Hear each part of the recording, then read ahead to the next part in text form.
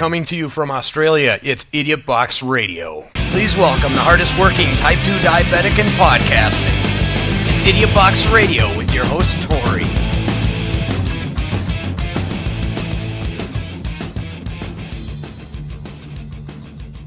Hey there folks, welcome to the show. It's Tori here from Idiotboxradio, your buddy, your pal. You can find the website at idiotboxradio.com. You can email the show at idiotboxradio@gmail.com. Join the Facebook fan group at the Idiotboxradio fan club. I hope that you are well. I am stunning, thank you for asking, and I'll see you next show. In this episode, I'd like to talk about a movie. Now, I hope you guys have been staying well tuned to my previously audio only edition of Idiotboxradio. In this particular episode though, we're going to delve deep. We're going to cover an actor that I have never covered before, Nicolas Cage, the Nicky Nunu, Nicolas Coppola, the grand master of acting, the globe-trotting, money-spending extravaganza, the piercing blue eyes, the stunning hair on occasion, Nicky fucking C. In case you skip past the warning at the start of the show, that'll be your own fault. This show's not safe for work and I use fucking potty language and sometimes sexual references.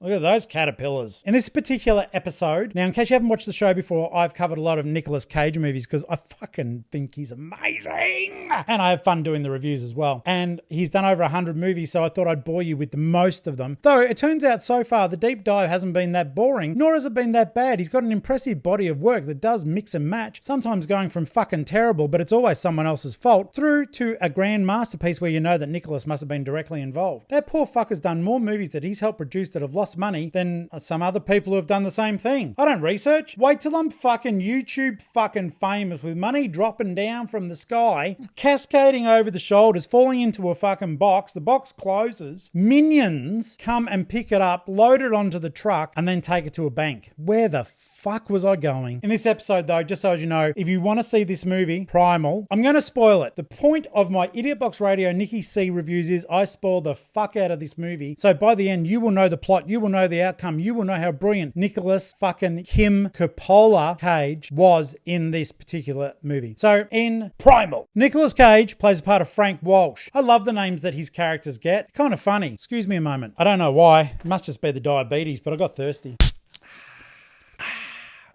Sorry about that. I may have cut it out by the time you experience this show. I already said that, but I said it as I was gasping for breath, which I think after 30 odd years of smoking, I probably am. Sorry. In any case, in this one, Nicky C, Frank Walsh, big game hunter, but he only uses I can never fucking say this word right. Tranquilizer. There we go. I just said it right. Tranquilizer darts.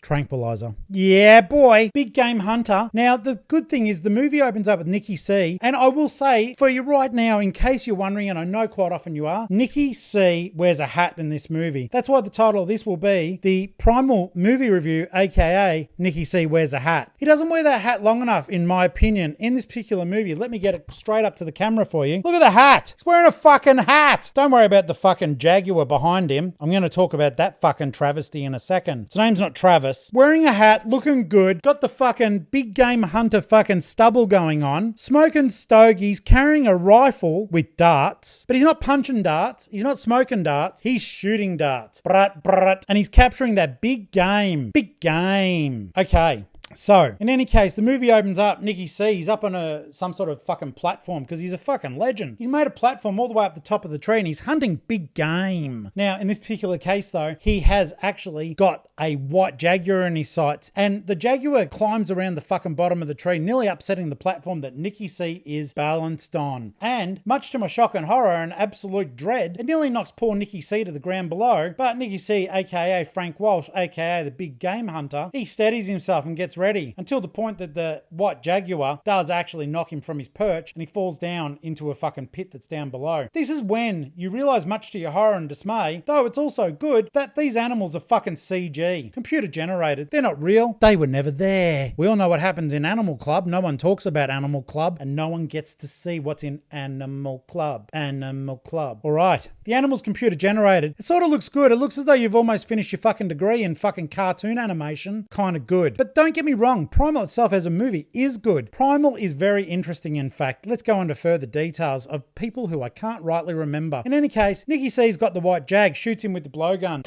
He doesn't. He shoots him with a fucking dart from a pistol.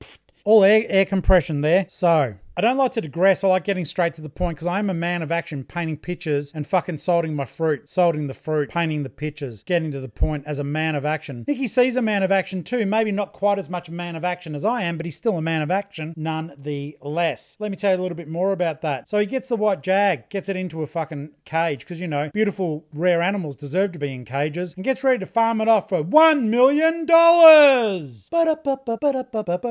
That's game show music. Fucking forgive me and let's move on. Fucking forgive me and let's move on. In this particular circumstance. Now, Nicky C, for some reason, doesn't have permits for a single one of the fucking rare animals that he's captured. Because he's a bit of a dipshit. Not Nicky C, the scriptwriter. How dare he put my fucking precious Nicky in a position where he may have to get exotic animals onto a ship without correct permits? How dare you? So Nicky C's on the ship, but also on the ship is a very, very wanted fugitive. And he's played by Kevin Durant, which at first I thought was the basketball player. Then I thought, no, that's Durant, not Durand. And Kevin Durant, I've seen him in other shit. He wasn't in Duran, but he's been in a number of other movies, and I found him fucking entertaining as a motherfucker. Let me tell you right now. I guess I have, so let's keep on moving. In any case, he's wanted. He's all chained up like fucking Hannibal Lecter. Sorry. Oh, that tasted disgusting. What the fuck have you been eating? Oh, I must have been eating vomit. Okay, as I said, all up like Hannibal Lecter in this bitch inside a cage. Despite all his rage, he's still just a rat in a cage.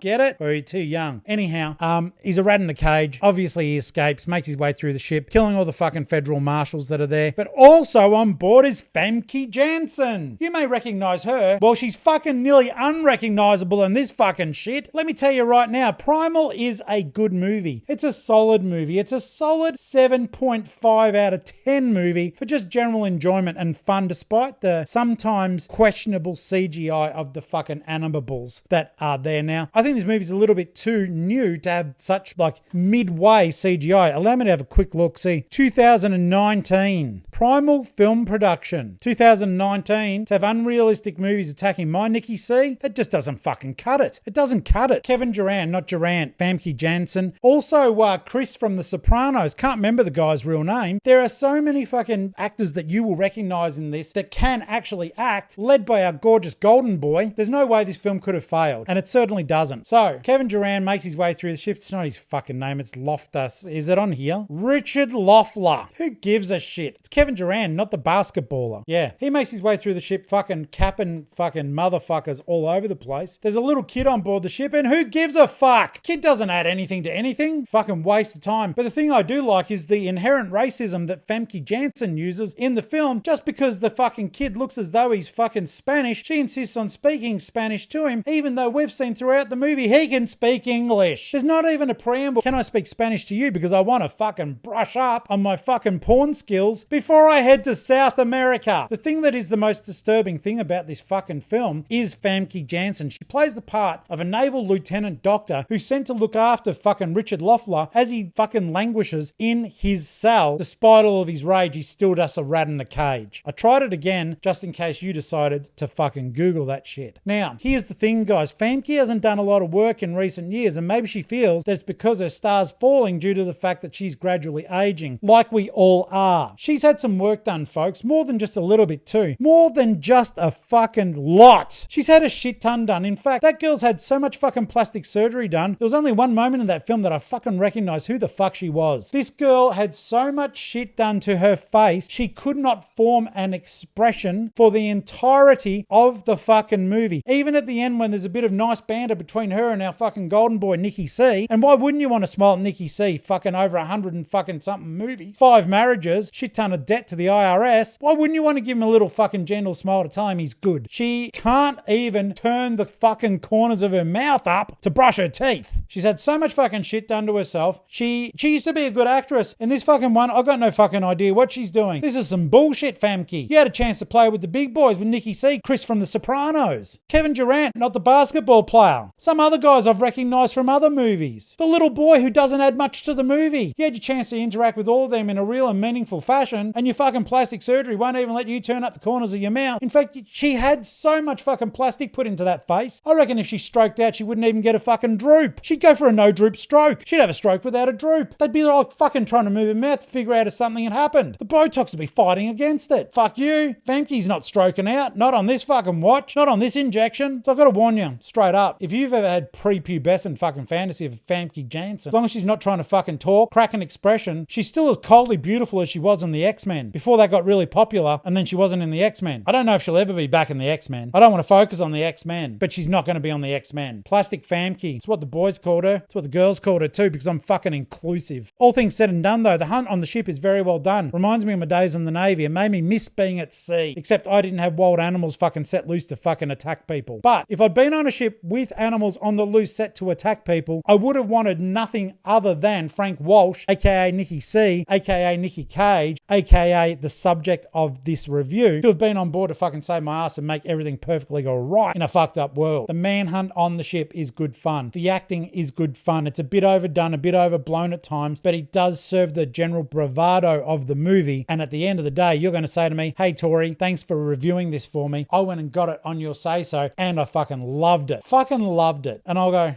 right back at you. Love you too. And then, you know what'll happen? You'll say, thanks for that. I'll keep listening and I'll make sure I'm going to fucking subscribe to everything you do and leave you a 5-star review wherever I can possibly leave it. I'm going to share this show because I'm going to be a part of the fucking internet street team that looks after you. Or you're just going to fucking turn the show off and just go on with your life, living it normally and hopefully decently, being a decent person, someone ensuring that you're not being a cunt. Either way around, I'll go away happy with knowing you heard this story about Primal and it may have intrigued you enough to go and buy a copy of it. Don't pirate Nicky C shit. It ain't cool. Idiot Box Radio out.